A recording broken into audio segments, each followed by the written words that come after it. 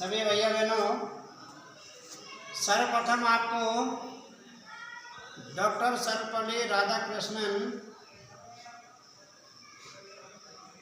के जन्म दिवस और शिक्षक दिवस की हार्दिक शुभकामनाएं आप सभी को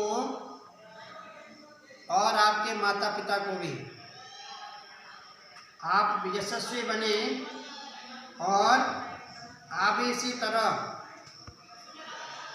डॉक्टर सर्वपल्ली राधाकृष्णन की तरह जो है देश का नाम रोशन करें। और कल आपको गूगल मीट के माध्यम से जो है ये जो पाठ है 5वां पाठ पद्य में पढ़ाया था, लेकिन इसमें बहुत कम भैया बहन जुड़े हैं। गूगल मीट आपको शुक्रवार को हर दिन पढ़ाया जाएगा, उससे अधिक से अधिक भैया बहन जुड़े। शेष कक्षाएं जैसे चलती है ऐसी चलती रहेगी हिंदी की। तो आज द्वितीय भाग में आपको बता रहा हूँ। तो कवि कहते हैं गजानन माधव मुक्ति बोध जी, इनका जो ये प्रकरण है सैर से स्वीकारा है। कल भी मैंने बताया था कि एक होता है स्वीकारना, दूसरा होता है सैर से स्वीकारना। जिसके साथ सैर लग जाता है उसका तात्पर्य है कि हमने मन से किसी बात को स्वीकार किया है। तो कवि ने जो जिस बात को कवि कहते हैं उन्होंने भी मन से स्वीकारा है, तभी उन्होंने उसको क्रियान्वित किया है। कवि कहते हैं उसे प्रेयसी के लिए कहते हैं, अपने प्रियतमा के लिए कवि कहते हैं जो उनकी अतीत की यादों में जुड़ी है। तो कवि कहते हैं कि जाने क्या रिश्ता है, जाने क्या नाता है, जितना भी उड़ेलता हूँ भर भर फिर आता है। दिल में क्या झरना है मीठे पानी का सोता, भीतर वह ऊपर तुम मुस्काता चांद जो धरती पर रात भर। तुम मुझ पर क्यों तुम्हारा ही खिलता वह चेहरा है, सचमुच मुझे दंड दो कि भूलूं मैं तुम्हें भूल जाने की दक्षिणी ध्रुवी अंधकार अमावस्या, शरीर पर चेहरे पर अंतर में पालू में। अब देखिए कवि क्या कहते हैं, उस प्रियतमा से कहते हैं, वो जो उनकी अतीत की यादों से जो जुड़ी हुई है, वो कहते हैं जाने क्या रिश्ता है, अर्थात तुम्हारी यादों से बोल मेरा जाने क्या रिश्ता है, जाने क्या नाता है, जाने क्या नाता है। जितना भी उड़ेलता हूं भर भर फिर आता है।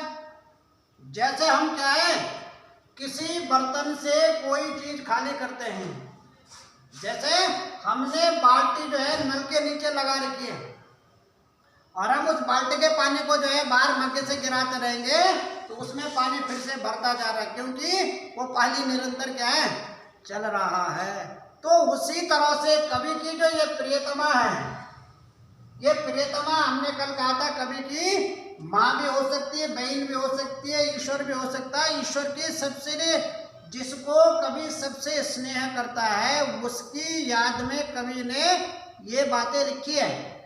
तो कवि कहते हैं जितना उड़ेलता हूँ, मैंने जितना बल मैं तुमको तुम्हारी यादों को भूलने की कोशिश करता हूँ, भर भर भी आता उतनी बल मुझे ज्यादा याद आती है। अर्थात कहने का मतलब कभी कहते हैं मैं तुम्हें जो हूं अगर मैं आंख बंद भी करता हूं तो आंख बंद करके भी फिर तुम्हारा ही ध्यान आता है। दिल में क्या झरना है मीठे पानी का सोता, ऐसा लगता है बोलो कि जैसे मेरे हृदय में कोई झरना है।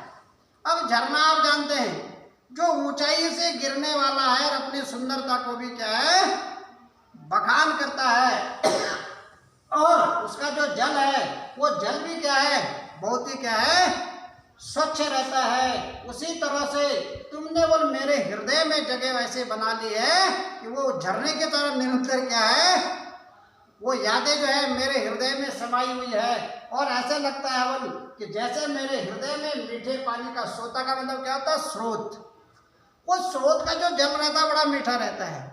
इसलिए कवि कहते हैं कि तुम्हारी जो यादें बोलो उस मीठे पानी की तरह, उस झरने की तरह मेरे हृदय में क्या है समाई हुई है, अपने प्रियतमा से कवि कहते हैं। अब दूसरी बात कवि क्या कहते हैं, भीतर वह ऊपर तुम, भीतर वह क्या मेरे हृदय के अंदर बोल रहे वो तुम्हारे अतीत की यादें हैं, उन यादों में सबसे ऊपर बोल तुम हो। मैं किसी भी काम को अगर करता हूं तो सबसे पहले बोल जो है उस पर क्या है, मुझे तुम्हारी जो है वो स्मरण शक्ति, स्मरण है वो याद आता है। मुस्काता चांद जो धरती पर रात भर, जैसे बोल जो है क्या पूर्णिमा की रात को जैसे चंद्रमा बोल क्या है अपने प्रकाश के द्वारा जो है धरती माता को क्या है ऊपर से प्रकाशित करता है, ठीक है, मानो धरती की शोभा को बढ़ाता है। उसी तरह से तुम्हारी भी जो यादें हैं वो भी उस चांद की तरह है जो हमेशा मेरे हृदय को उजाला करती रहती है, मेरी यादों को क्या है, क्या करती है, ताजा करती रहती है। जैसे चंद्रमा के प्रकाश से धरती का कोई कोना ऐसा नहीं है जो प्रकाशित नहीं होता है, उसी तरह से मैं भी बोलूं क्या उस धरती की तरह हूं और तुम किसकी तरह हो, उसे चांद की तरह हो जो बोल मुझे क्या हो, आलोकित करने वाली हो अपने प्रकाश से। मुझ पर जो तुम्हारा ही खिलता हुआ चेहरा, कभी कहते हैं मुझ पर, माने अपने आप को कभी कहते हैं कि मुझ पर क्यों, माने वैसे ही तुम्हारा ही खिलता ही चेहरा। तुम्हारा जो चेहरा है मेरे आंखों के सामने से बोल ओझल नहीं होता है, हमेशा बोल मेरी यादों में बोल क्या है तुम्हारा वो चेहरा। आज जब बोल कभी तुम मेरे सामने रहती थी और तुम्हारा जो वो चेहरा उस समय मेरे सामने प्रत्यक्ष दिखता था, आज भी मेरी यादों में वो क्या है उसी तरह से क्या है मुझे स्मरण हो आता है। सचमुच मुझे दंड दो। अब कभी प्रार्थना कर रहे हैं कि मुझे ऐसा दंड दो, भूलूं मैं भूलूं, कि मैं तुम्हें क्या करूं, भूल जाऊं, ठीक है, तुम्हें भूल जाने की और तुम्हें बस भूल जाने की दक्षिण ध्रुवी अंधकार अमावस्या। अब कभी कहते हैं दक्षिण ध्रुवी का मतलब होता है कि पृथ्वी पर जो है जब सूर्य क्या दक्षिण की ओर जब दक्षिण ध्रुव पर जाता है तो वो रात की अमावस जैसे जो है उस धरती को क्या है अपने अंधकार से ढक देती है।